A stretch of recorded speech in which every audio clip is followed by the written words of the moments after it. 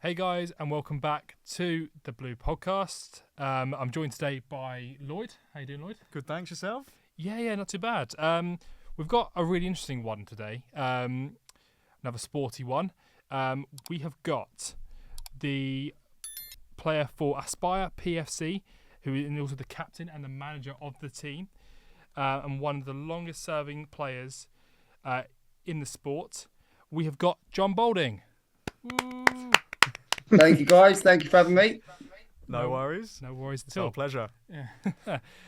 So for everyone out there who doesn't know you and what you do, do you want to give them like a little bit of an intro into you and to how you kind of got started? Yeah, so in 2002, Powerchair football was introduced into this country for the very first time. And I attended a tournament that was put on by the Middlesex Football Association. And from then on, basically, Powerchair football's grown from then till now. And it's allowed me to travel across the world, playing for England, playing obviously for Aspire. Been to 4 World Cups, 3 or 4 European Championships. We're the current European champions at the moment. England are. Makes a change. We lost in the final of the World Cup in October last year in Australia. So on penalties, obviously England's, And so, yeah, that's where my football journey's kind of taken me. It's been amazing, to be honest, since I've begun to where I am now. It certainly sounds that way. I say most of us dream of playing for England at various tournaments, and you've got the chance to, and that is fantastic. What would you say is your kind of favourite memory from your time playing for England? It definitely has to be winning the Euros. I've been to many tournaments of England before, and we got to the final in a couple of them and lost. You start to think that maybe you're never going to win something for England. So actually picking up the European trophy as captain of England and just hearing that national anthem again, it just obviously gives you goosebumps. And yeah, I don't think I quite appreciate what I've done for England or what I've achieved until I stop playing. But I never take playing for England for granted, put it that way. No, neither should you. Say it's a massive honour. There's not many captains out there who've won footballing tournaments for England, so that is a fantastic achievement that hopefully can be replicated in some other areas of football. Yeah. Fingers crossed this week, eh? Yeah. What are your thoughts on the England main team? The main team, mean. It's I've always said obviously it's like tournament football, and it's as long as you get through, that's all that matters. But in that last game, I got to a point where I was really frustrated just with the players we've got. The way that we are playing is not great, and just it really annoyed me. And then obviously when we went 1-0 down, it was like, maybe we don't deserve to go through. And then they started actually playing after we went 1-0 down. They showed us that we can actually play some nice football and attacking football. So I'm hoping today will be different. Obviously, Netherlands are a bit more attacking than the teams we've played against. So hopefully they'll come out at us a bit more and create a bit more gaps in the back for us to exploit. But I'm still hearing that Trippier might play today, and that's not what I want. I want obviously Luke Shaw back and give us that little bit of energy on the left-hand side, really. Yeah. No, totally. Considering that you've, of course, been at so many tournaments, World Cups, European Championships, and you play for Aspire, so you've been in European competitions as well, what would you say has been the toughest moment for you throughout your career so far?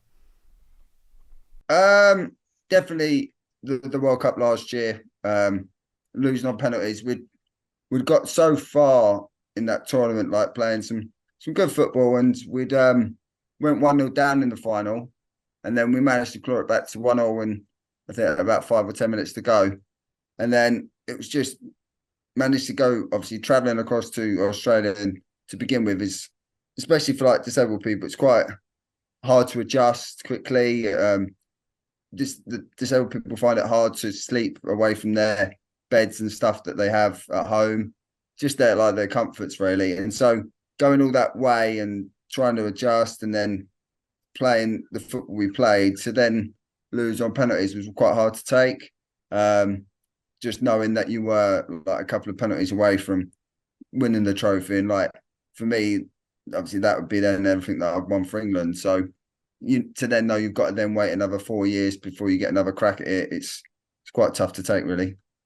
Yeah, I can imagine it is definitely. Considering, of course, now Aspire are European champions this year, how did you end up bouncing back, of course, from you losing the World Cup final to then going on and winning a massive piece of silverware this season for Aspire?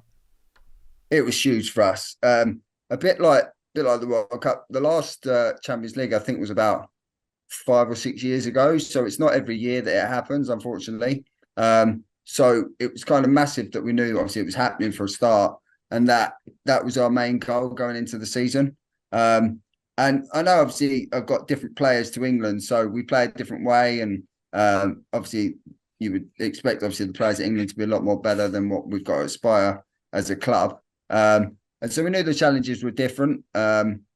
We knew going into the tournament, there were some really good teams, really good players going in. And so it's just about preparing. And so we prepared quite well off the pitch.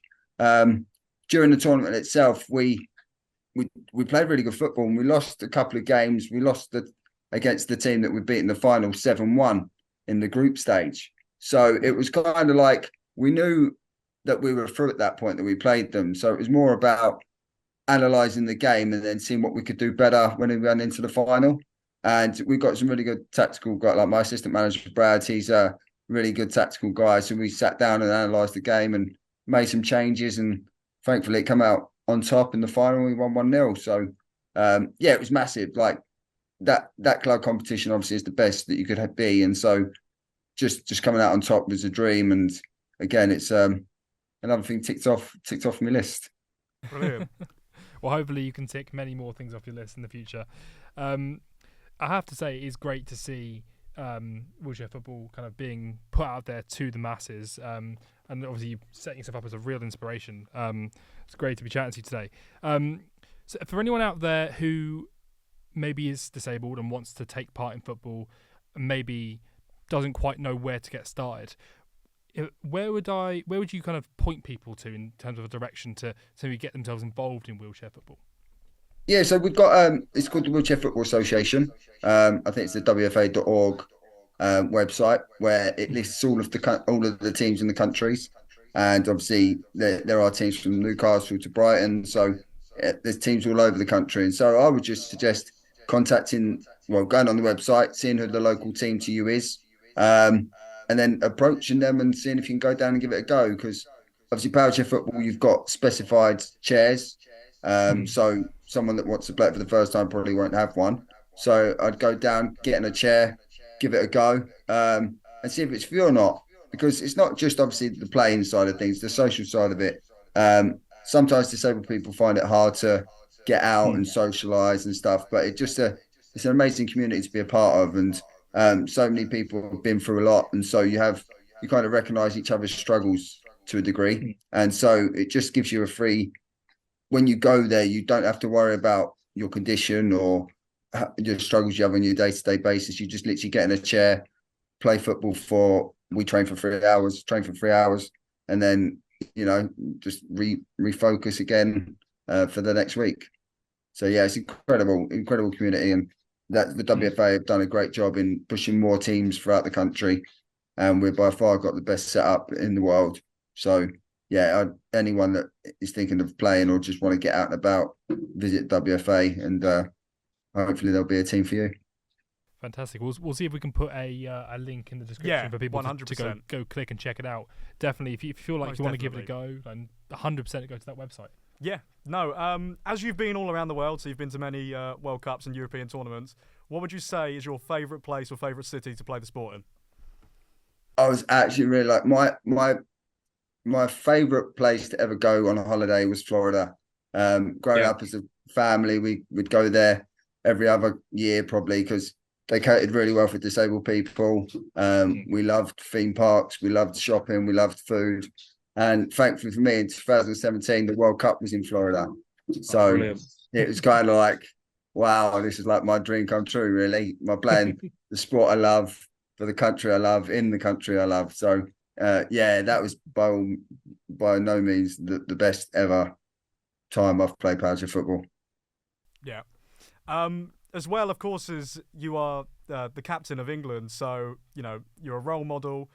Outside of your sport, who is the favourite sports person that you've met or worked with? Um, I've done a couple of things with Aaron Ramsdale Yeah. for England. He's a real character. You've probably seen like videos of him and stuff. He's proper real character. So he was quite nice to play. We done me and the England assistant captain Chris. We had a 2-on-2 battle. Me and Ben Chilwell versus Aaron Ramsdale and Chris in a power chair match. It was quite. How were they on that? Good. It was really good. It was at St George's Park. I think me and Ben won 1-0. Yes. It was good. So promoting it, and them guys jumped in the chair, and now they can spread the word about Powerchair football. So yeah, for me, he was a good character to meet, and really brought into Powerchair football. Really. Yeah. Amazing stuff. I mean, I recently got the opportunity to visit St George's Park myself through the university that I'm studying at, and I have to say the scale of it is fantastic. It's such a great facility, isn't it? Yeah, it's incredible. They've got so many there. Like we were there at the weekend training for England, and I've been there so many times, but I didn't realise that it's like 17 pitches of all different sizes for 6-a-side, 7-a-side, 11-a-side, and just one of the mornings we had a stroll around the whole thing. It's just like it's lovely to just walk around and see the different facilities that are there. It's they've done amazing what they've got there. Like hydro pools, gyms, like everything that obviously an England team would need, really. Exactly. I mean, it's great to hear that those facilities are open to all the England teams and not just the kind of men's senior team. That obviously the youth teams train there, and obviously yourselves, you've just said that they train there as well.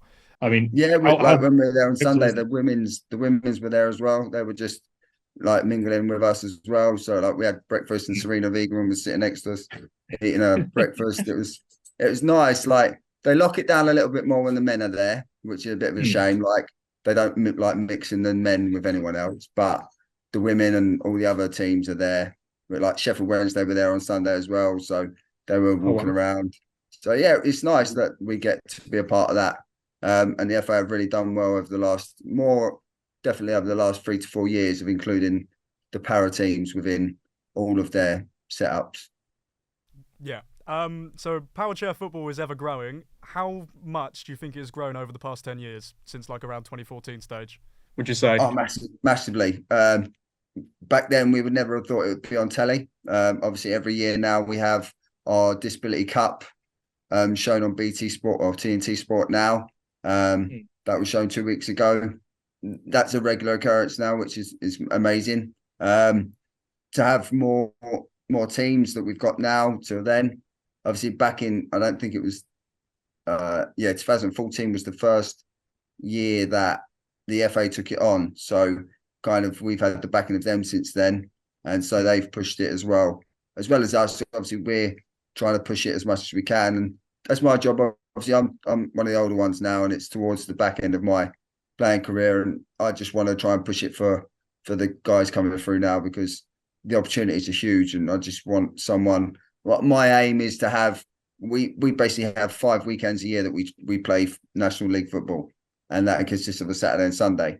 And my aim is, before I stop playing, is to have that televised on some channel of some sort. It doesn't have to be Sky, it can be BBC, it can be ITV, wherever. Just to give up 2 days every 5 weekends a year, I don't see it an issue, and that's what I want to try and push for before I stop playing. 100%. It's a great goal to have, isn't it, Lloyd? Yeah, totally. To get that kind of publicity for the game, which is key, because that's the thing, like, football is for everyone. We say it a lot, but like we do mean like football is for everyone. Yeah, and with the kind of additional facilities and television for the women's football, and now also pushing it for the disabled football as well. 100%. It's a great kind of vision to have. Yeah. The women's kind of what we aim it on, because the women were kind of pushed to one side when they first began, and now they're huge. Everyone talks about the women just as much as the men. So that's kind of where I hope one day that we become. 100%, and I could definitely see it happening with how well you're championing the sport there. We should probably talk about how last season went. Unfortunately, I mean, obviously, you lost in the final to West Brom in the cup, and then unfortunately West Brom beat you to the league as well. Yeah. Sorry to hear that. No, it's our own fault, mate. I can see. Yeah. No, they've done great, to be honest. We slipped up during the league. We lost against Newcastle, who normally on paper would win. They've had a great season. They beat us 1-0. And we slipped up a couple of games where we drew. And so, in theory, it was our own fault, especially the league. We threw away games that on paper were expected to win quite convincingly. And then the cup final, we definitely let ourselves down. I think we were still on the high of the Champions League the week before. Like I say, that was our aim going into the season to come away with that trophy. So we'd won that, and then going into the cup final, it was like kind of an added bonus if we managed to win that as well. But it didn't take away from how well West Brom played in that final, and we just couldn't get the ball moving and create as many chances as we wanted to, really. So it was a shame to end the season that way, but our main goal was achieved overall. Yeah.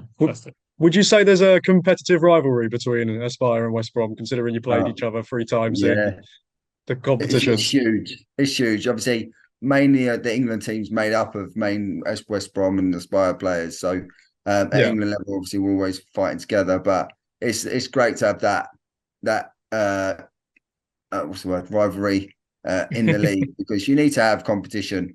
You don't want it one-sided the whole time, and obviously we get one over on them, they get one over on us, and it's kind of like just how football is, isn't it? It's how the running game is. So it's nice to have it in our league as well. And there's more and more teams coming through every year. Like I say, Newcastle had a tremendous season, so they'll be pushing for the league next season, and it just improves year on year. And I'm looking forward to the season coming up. What's your goal for the next season? Obviously, you mentioned that the cup was your aim last season. What's your aim for this season? It's got to be taking that the cup and the league back off West Brom again. We won the treble the year before, so it was their turn to win it back off us this year. But obviously, they have to wait a while to try and win the European off us. So we'll take that for a few more years. Yeah. How would you say your role in the sport has changed since starting? And now, of course, as you said, you're coming towards the latter stage of your career. You're one of the more experienced players. What would you say the main difference is from starting playing the sport to the stage that you're at now? Kind of obviously when I first started, it was new. It was a sport that I needed to get used to, learn and improve as a player. Over the years, I've felt I've done that as in improved and become a better player. But like I said to you earlier, now I'm towards the other end of the career.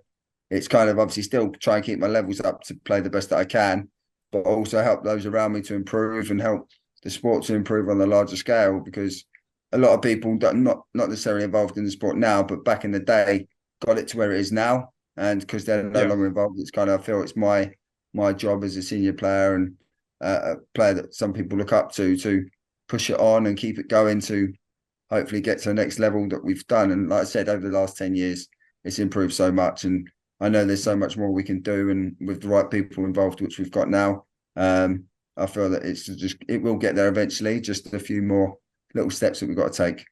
Obviously, the Paralympics is going to be our overall goal. If we ever get that in the Paralympics, then that will be a dream, and that will then push it to new levels that we never knew existed. It's quite a long stretch to get it in there at the moment, but hopefully one day, whether I'm still planning on it, I don't know, but hopefully one day it will be in there and everyone can then get this chance to view it on a Paralympic stage. Yeah. I mean, in other forms of football, you've seen players move on and take up a number of different roles, like managers and coaches and TV personalities and executives. Where do you see yourself once your playing days are over, taking on a role potentially? I wouldn't mind the TV personality role. Definitely. That'd be all right. Something like that. Yeah. Regarding the coaching side, I don't really base myself as a good coach. Obviously, I've achieved quite a few things as a coach, but that's kind of more because I pass on my playing knowledge to the teams rather than my tactical knowledge. So I would never. The only reason I would give up playing the sport is because my daughter. If I needed to be with her, she's 9 years old now, so she's not necessarily found a hobby or a sport that it involves me being there or taking her places at weekends. So when that time comes, it will probably push my hand a bit more to think about stop playing. But until that time comes, because obviously it's more mental capacity you need in our sport than physical, because of the chair does that side of things. As long as you still love it, then you can carry on playing. So for me, that would be the case. I'll keep playing until she needs me.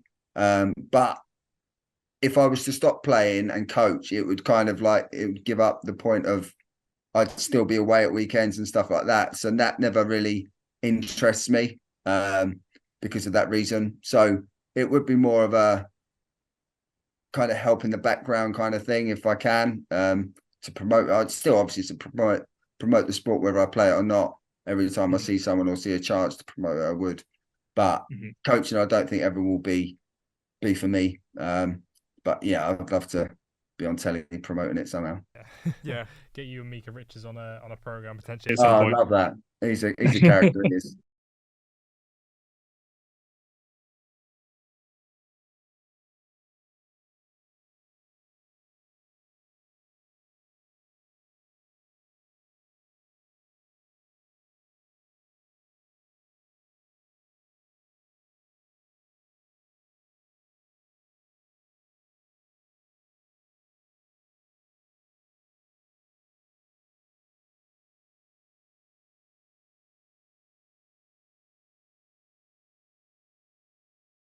100%. We've got so many talent pathways in place now, which we've never had necessarily over the like towards the earlier days of my playing career. So now we've got obviously the England team, we've got the senior team, we've got the development team, we've got an emerging talent program, which has got obviously you've got Southern League and you've got not Southern League, but Southern team and a regional talent pathway. And so there's so many strands towards getting into the senior team. And like I said, the league's improving year on year, and that's because of the hard work that the individuals put in, and the coaching's improving every year. And so yeah, I'm very confident. And like the amount of players that I play with, obviously at England, and we obviously integrate with the development squad as well.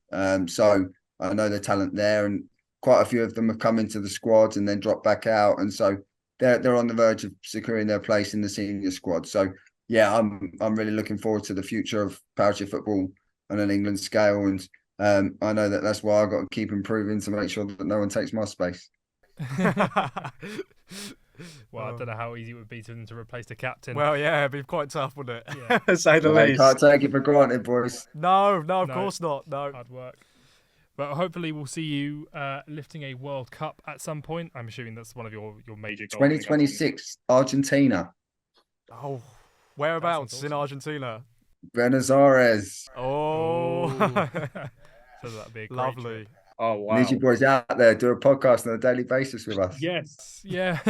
we'll bring the major. Tell you what, if we're still going in 2026, which hopefully we are, we'll come out with you and we'll do some content for you. 100%. Yeah. That sounds 100%. Good, boys.